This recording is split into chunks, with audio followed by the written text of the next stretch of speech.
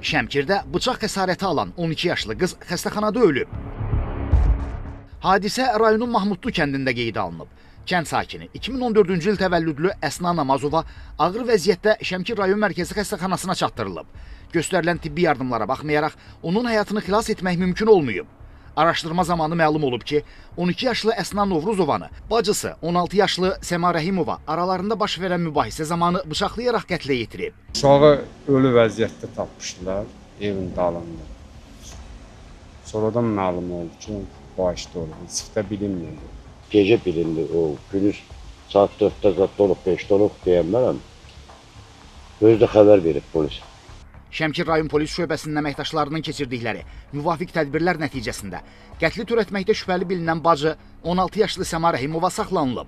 Mərhumun babası hadisənin şokunda olduğunu bildirib. Demişdik, o kız yoktu. Başladık aktarmağa. Tapmadı. Böyle kaldı sonra dediler ki kızın tapmaktı. Meydi. Ölüsü. Ve ondan nefes olup birine dediler ki deylenlere göre öz başlıyor. Aralarında mübahisələr olub edib yoxsa? Onu bilmirəm. Xatırladaq ki, ötən gün 12 yaşlı qızın valideynləri övladlarının itkin düşməsi ilə bağlı polisə müraciət ediblər.